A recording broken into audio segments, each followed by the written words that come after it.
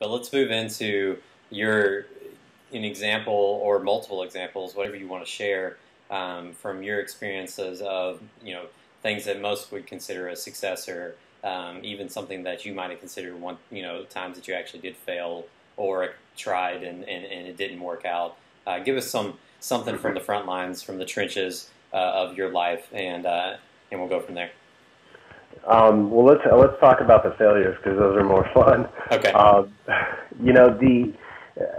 Geez, I've got a lot of them. Been involved in two failed startups, and the reasons for each were different, but I learned something in each one, and one of the most valuable lessons that I took coming out of both of them is a different viewpoint on partnerships. And, I used to think that a startup required you to have a partnership, and a startup required you to, get 2 or 3 founding partners, put a team together, and go chase after an idea. And that's certainly one version of a startup, and I think that a lot of people do that and do that quite successfully. But the success rate of partnerships is about 5%. I think is the most recent data on the success rate of partnerships, about 5%. So they don't typically end well. When they do end, they tend to come between friendships, and I'm still friends with some of my old partners, but in hindsight, I would never have entered into partnerships, and I won't enter into any other partnerships ever again. I think it's one thing to be an investor in companies, and that's probably something that I will be doing at some point. But right now, my goal is not to enter into partnerships, and that's something that I learned from a business standpoint. Is what ends up happening is you get 2 people or 3 people or 4 people who have very different objectives, who have very different ideas, and you can all say you're on the same page, and you try and split things evenly, and you try and work things out, but at some point, somebody's neck is on the line, and somebody's got to be responsible for that decision. And 9 times out of 10, you're not going to agree, and it's going to be a decision that impacts the future of the company. And it just, in all honesty, I don't like partnerships. I don't recommend partnerships. It's one of those things that I learned personally, and I think that if I could do them all over again, I would not have entered into them. And I still to this day strongly encourage people to find ways of getting people involved without taking on partners. Because there are other ways of revenue sharing, profit sharing, and doing a lot of different things in company structure. But the easiest is a partnership, and I think it's a cop-out for a lot of people because they don't want to go through the process of trying to find people who are willing to take a revenue-sharing position and try and do some different things early on. And so the easiest default is to go, oh, well, I'll give them 10% of the company, or, oh, well, they're bringing a lot of things to the table, so I'm going to give them half of my company. And I just don't think that that's the right idea. I think I think oftentimes, not all the time, but oftentimes it's a cop-out, and it's just fear of, there's that fear again. It's fear of not wanting to have the tough conversations. It's a fear of thinking that you're not able to sell the idea or build it without somebody else. It's basically saying that, well, I'm limited and I'm not strong enough and I'm not good enough or I'm not this enough to build this on my own or to assemble a team separate of me just having to give away the store to make it happen. And I just don't think that that's true. I think that most people are capable. Not that you're capable of doing everything on your own. You need a team, but how you structure that team can be very different than just giving somebody half of your company. So those are 2 failures, both of those companies, which, again, I mean, mistakes, failures, whatever you want to call them, where if I could do them over again, I wouldn't have done them, but I learned a tremendous amount coming out of them, and I'm not disappointed in my efforts. I'm not disappointed in anything about it. It was a try and it was a miss, and I moved on from it and I learned from it, and I've carried forward what I've learned into what I do now. Yeah. Let me. I have 2 questions, but I want to kind of go back to what you were talking about just for clarification. When you say you're not, when you're saying don't do you're not for partnerships. That's not necessarily saying that you're against the team building aspect. You know, I guess I just wanted to make that clarification that you're saying there's a difference between building up a team that can accomplish what you're setting out to do and actually bringing on partners on the ownership side of things. Yeah, absolutely. I think everybody needs a team in different capacities, depending on where you are in your business and the type of business that you're trying to start. Everybody needs a team because you're not capable of doing everything on your own. By the way, I just lost your video. Is this still rolling? I think that it went out for a second. I just fixed it. Oh, there you are. Yeah. All right. So, I think everybody needs a team. But yeah, it's the partnership in the legal sense of, company ownership and who owns the company. And in my opinion,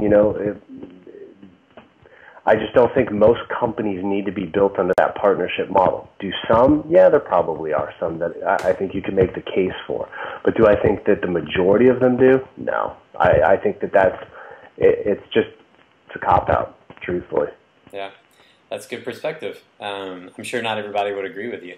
No, and I'll probably get reamed for that one. I've gotten reamed for that before, but I don't really care. No, that's great. I'm glad that you don't, because it's good that everybody has their own opinion and they're able to believe in their own things. And truthfully, I mean, look at the stats.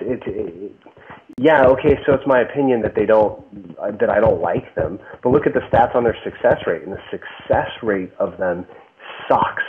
So, whether you agree with me or not, you can't point to statistics to back up that argument that partnerships are good. Mm-hmm. Teamwork is good. Teams are good. Everybody needs a team. Look, surround yourself with people smarter and better than you. That's my philosophy.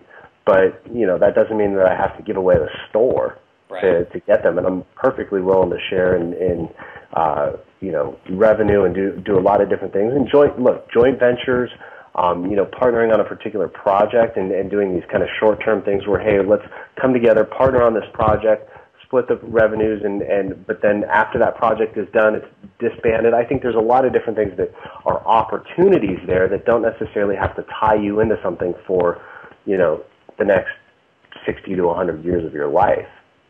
Yeah.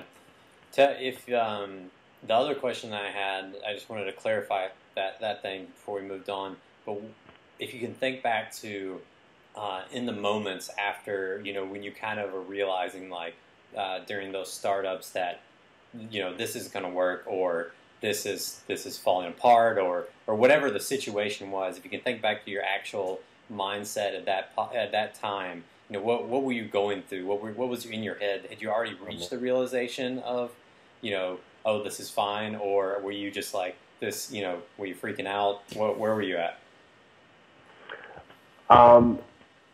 It was different with each company, but you get to a point where you realize that any additional... The question I always ask myself is, knowing what I know now and where I'm at today, would I restart this project today? If I had the chance to start it all over, would I restart this project? And if the answer is no, why am I going to invest more of my time and more of my money into that project, into that company or whatever it is? And that's the signal to me where if I can't honestly answer yes, it's time to figure out how to end that project, to end that company, to end that direction. And to just say, you know what, I'm going to have to learn a lot of lessons on the flip side of this, but first things first, let's unwind this. Is it frustrating? Yeah, it sucks. It's frustrating. It's defeating at times. You fight those feelings of feeling like a failure, and realizing that this is just one bump in the process or one bump in the road, and to get to that point where you can say, okay, let's unwind this, let's get out of this, or let's stop this project, or let's kill this direction, and then regroup on the backside. I try not to make decisions on an emotional basis. I'm not going to. Generally, when I unwound a company, the thinking would be, okay, take a month or two and just process what happened. Look at what happened. Why did it happen? What went wrong? What could I have done differently? Not blaming anybody else. And because I think personal responsibility, I tweeted this yesterday, is one of the most underrated character traits. It's not looking at what everybody else did wrong. It's not looking at circumstances and blaming something else. It's basically saying, I'm going to take responsibility for what I did do or what I didn't do, and I'm going to learn from that moving forward. Because if I can't learn from it, if I can't move forward from that, then, my dad used to tell me, you take you with you wherever you go.